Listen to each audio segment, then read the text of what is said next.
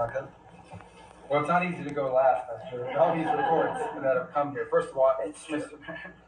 So it better be good, and I'll be short as well. A couple things, Mr. President. I think you deserve a lot of credit for two things. The first is assembling this great team of people.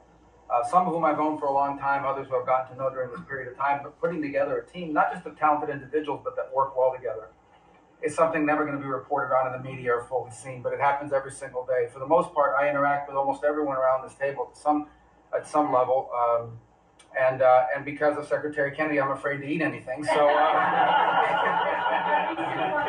front of him, he said Tootsie Rolls are okay in moderation.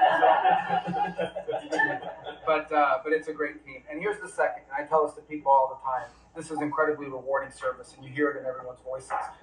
Traditionally, in the past, and it's one of the problems we got in as a country, is presidents would say, okay, let's go do something. And then they would have to do a study, and then a study on the study, and then a long internal deliberative process. And by the time you got to it, it was too late, or somebody had forgotten it.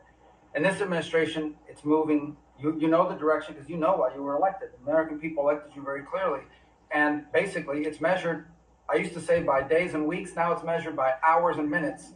But action is happening. And that's what people want to see. And let me talk about foreign policy in particular, because I'm not sure this is fully appreciated. This president inherited 30 years of foreign policy that was built around what was good for the world. In essence, the decisions we made as a government in trade and foreign policy was basically, is it good for the world? Is it good for the global community? And under President Trump, we're making a foreign policy now was it good for America? I was appointed by you and confirmed by the Senate to be the head of the United States Department of State. Not the World Department of State, not the Global Department of State, the United States Department of State. And what that means is our foreign policy is guided by three things. Does it make America stronger? Does it make America safer? And does it make America richer? If something doesn't do one of those three things, and hopefully all three of those things, we're not doing it. Now, we went out and hired a consulting firm to help us organize ourselves. Luckily, they were free. They're called the Department of Government Efficiency. And they helped us do a couple things. Number one is our foreign aid. We were funding some crazy stuff. Crazy stuff. You tell me, how does a puppet show in some country around the world make us stronger, safer, or more prosperous? So we got rid of puppet shows and a bunch of other things. I'm sure there were very good puppet shows. And I'm sure that a bunch of charities in the world can go pay for it, but the American taxpayer should not. We've also, by the way, Mr. President, under your direction, reorganized the Department of State. We had offices within offices within offices that didn't even know they existed themselves, not to mention the rest of them. And so we've begun to reorganize that as a way to be able to empower our embassies and our ambassadors and our regional bureaus to do what many of them signed up to do. We have a great team of ambassadors, you were pointing. They're coming online every single day. Very talented people that are involved. Something else we got out of the business of, well, it wasn't widely reported, or maybe it was. We had an office in the Department of State whose job it was to censor Americans. And by the way, I'm not going to say who it is. I'll leave it up to them. There's at least one person at this table today who had a dossier in that building of social media posts to identify them as purveyors of disinformation. We have these dossiers. We are going to be turning those over to these individuals. We can follow up with the media. Well, we are going to turn over these dossiers to the individuals, and they'll decide whether they want to disclose it or not. But just think about the Department of State of the United States had set up an office to monitor the social media posts and commentary of American citizens to identify them as vectors of disinformation. When we know that the best way to combat disinformation is freedom of speech and transparency.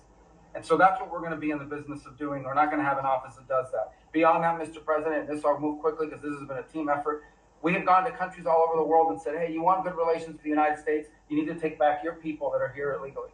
And we've had historic cooperation. Beyond that, and I say this unapologetically, we are actively searching for other countries to take people from third countries. So we are actively, not just El Salvador, we are working with other countries to say, we want to send you some of the most despicable human beings to your countries. Will you do that as a favor to us? And the further away from America, the better, so they can't come back across the border. I'm not apologetic about it. We are doing that. The president was elected to keep America safe and to get rid of a bunch of perverts and pedophiles and child rapists out of our country. Here's something else we've done.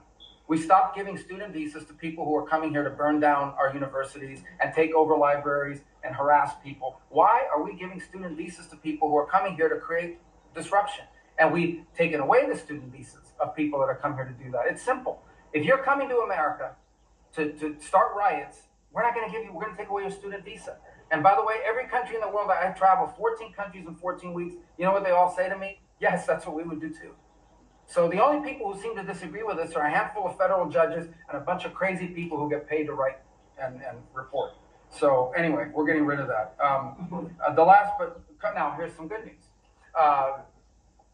We're going to have the World Cup, the FIFA World Cup, the FIFA Club Cup, and then we're going to have the Olympics.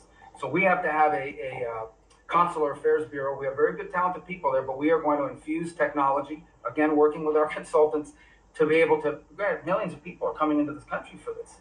But we've done it to improve customer service. So some of us who served in Congress recognize that about a year and a half ago, we had a meltdown under Biden. You couldn't get a passport. You have people calling, I have a cruise on Friday, my passport expires. In the month of March, we processed 2.78 million Americans, their passports. That is the historic, it's the largest single month processing of passports ever. And we think it's a good way to build the momentum to be able to do the visas. Two last points I want to make. We have a great team that you've built. I want to especially acknowledge Steve Woodcock. This is a person that doesn't have to be doing what he's doing. He has a very good life in Miami, my hometown as well. He has worked incredibly hard, has done it without any agenda, and we need to acknowledge him. I want to acknowledge Mr. Boulos as well, who did something really great last week. They told us this war between the Democratic Republic of Congo and Rwanda is intractable. It can never happen. It will never happen. I sent Mr. Boulos, your envoy.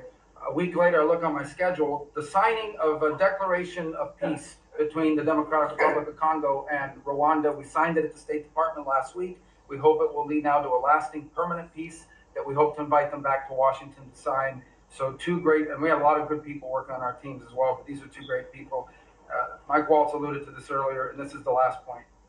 In the first 100 days of the 47th presidency, 47 wrongfully detained Americans have been returned to the United States, thanks to your leadership and the diplomacy that was exercised to make that happen. 47 for the 47th president in the first 100 days. And that's all credit to you, Mr. President. Thank you for the honor to be able to serve alongside you, for you, and alongside all these excellent people.